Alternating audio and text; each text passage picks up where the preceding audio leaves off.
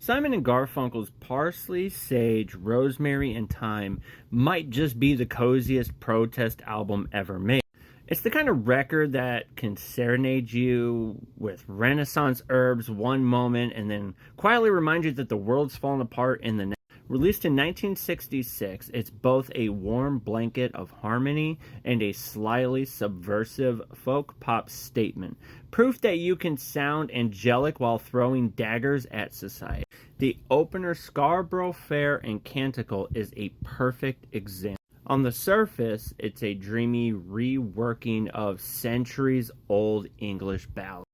But tucked inside those immaculate harmonies is a counter melody about war profiteering. Imagine ordering a fancy latte and finding a shot of whiskey hidden inside. It's sweet, smooth, and surprisingly potent. Then comes Homeward Bound, which is basically Paul Simon's handwritten letter from life on tour. Which basically means, I love music, but man, these bus stations are killing me. It's wistful but catchy, the kind of song that makes you want to stare out the window of a Greyhound bus and pretend you're in a movie. But, of course, no Simon and Garfunkel album would be complete without a mood swing. A Parsley delivers with the 59th Street Bridge song Feeling Groovy. It's so light and cheerful that it feels like it was written by someone who just discovered how fun it is to watch squirrels in Central Park.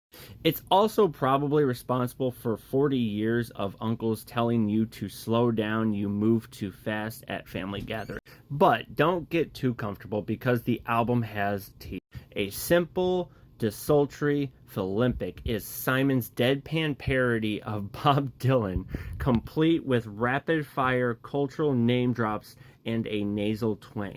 It's basically the musical equivalent of a celebrity roast, and Dylan should be flattered. It's both ruthless and oddly affectionate.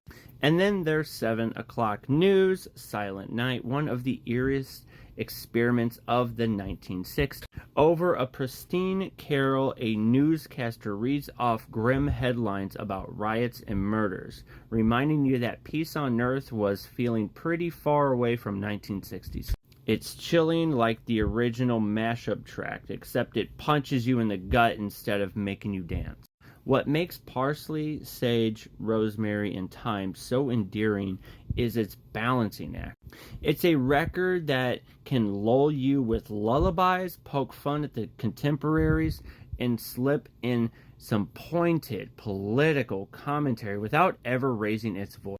It's polite on the surface, but quietly radical underneath, like your grandma slipping you a flask at Thanksgiving dinner.